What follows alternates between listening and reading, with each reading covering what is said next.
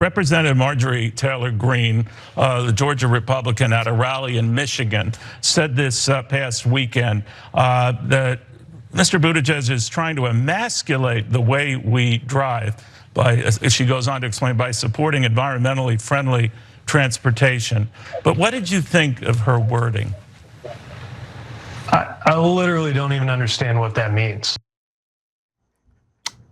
That was the right way to respond to just nonsense coming from the most nonsensical member of Congress, Marjorie Taylor Greene. The idea that your masculinity should hinge on whether or not your vehicle uses gasoline is insane, okay? But I do want to go to the rest of that interaction and get your thoughts, Jordan. Let's watch. My sense of manhood is not connected to whether my vehicle is fueled by gasoline or whether it's fueled by electricity. This is a practical matter. Were you offended by that, sir? Because even people who, share her politics didn't share that view. It was a strange thing to say. To be honest, there are other members of Congress that I pay more attention to when I'm thinking about opinions that really matter or ideas that are going to be critical to engage with. I'll say one last thing about this. I love the instigator tone. Yeah. Like, were you offended? Like interrupting him as he's talking. Were you offended? Were you offended? Were you offended? Say you were offended. No, it doesn't seem like he's offended. It seems like he thinks Marjorie Taylor Greene's a joke. And she is, and that is, I think, however you feel about Pete, I didn't care for him in the primary. Yeah. But that was just, it felt a lot like just she was attacking his sexuality and his identity. It was very weird. 100%. Part of it's about he's supporting the development and expansion of electric vehicles, which is a good thing and has nothing to do with whether you are masculine or not. I don't care. I'm not a car person in general. Same. But these are the same people that were just whining about gas prices. And she also, I went back to look at her clip where she said that, and she was talking about how a real masculine person drives a V8 Ford Mustang or a big truck. And go for it, but don't complain when gas prices spike. You're just burning through your money, I guess, to make yourself seem tougher. I've never gotten car culture in general. Yeah. It just seems out of my league. I mean, I kind of get it if you're into mechanics and you love building cars. I can see it as a hobby. I can understand people who are into it. But what I don't understand, and this is a broader point that goes beyond vehicles and like masculinity related to vehicles. Have you ever once in your life gone around looking at people and judging like their masculinity? Like my brain doesn't operate that way. Like hello, nice to meet you. Are you masculine enough? Like I don't think that way. It's weird. It's very weird. It is bizarre. And in relation to cars, when I see a guy driving a giant truck with huge wheels, that to me is just like a cry for help.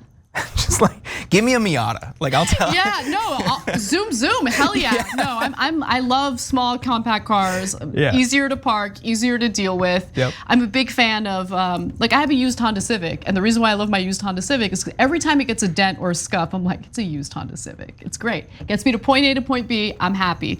But yeah, for people who like it, they like it. I like things that I'm sure other people don't like, and so I can understand that. But it has nothing to do with masculinity.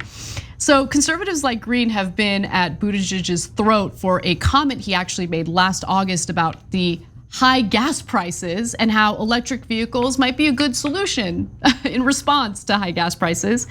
He said that the best thing we can do for the medium and long term is make sure Americans have more options through greater fuel efficiency and greater access to vehicles that don't require gasoline at all, so that Americans don't have to worry about what's happening in some Middle Eastern capital or foreign war zone.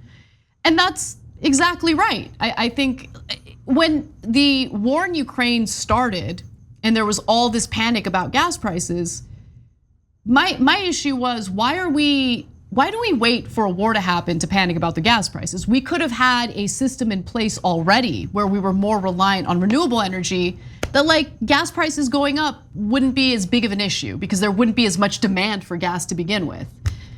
And also like no one really talked about this, but Biden tucking tail to go meet with the leader of Venezuela and like, can you please produce more gas? I love that. And no one wanted to talk about that. It's like, I know that I said Juan Guaido is the actual leader of this country because I wanted the coup to work, but can you produce more gas? Like, wouldn't it be great if we were in a position where we didn't have to do that? Yeah, I mean, even going to meet with the Saudis just a couple weeks ago. And did you, I mean, I'm sure as you saw, they're just going to reduce production. So it didn't even work. Yep. But that's just the nature of Congress. They're reactionary, and our government in general. It's always reacting to issues, and very seldom is it ever proactive. I think Buttigieg got a lot of flack for the electric vehicles comment, and I get it. Like, they are expensive for a lot of people, and they're out of reach for a lot of people. But what he was saying was, long term, we need to think about this as part of a sustainable future, and that's right. That's absolutely right. We're just not there yet, and it is a bit out of reach for people. So yes, and thank you for bringing that up. I've talked about that on the show before. I think Buttigieg was careful in his wording because he talked about medium and long term. He didn't say immediately, and a lot of people can't afford electric vehicles, and it's especially if you're living in a big city that's insanely expensive, and so you've had to move like 2 hours away from your job just to be able to live, right? Just to be able to pay your rent. The idea of using an electric vehicle to get to and from work every day is difficult. I get that. And so yeah, we need to build the infrastructure necessary. There needs to be more affordable options for fuel efficient vehicles for folks. All of that is true. But that doesn't take away from the fact that our over-reliance on fossil fuels is a detriment to all of us and our planet, you know? So, and that has nothing to do with masculinity, nothing. And I don't know, do I wanna hit below the belt? Maybe, I do, I'm gonna do it. I don't wanna hear any thoughts or advice on masculinity from a woman whose marriage just fell apart. Not interested. You know, maybe a little self-reflection. Anyway. It's just, it has no place in politics. Her comments in general were just pandering to this pure distillation of the American id, and it just really bizarre stuff that I can't believe is so common and so amplified now. I can't stand it. It's really gross. It truly is.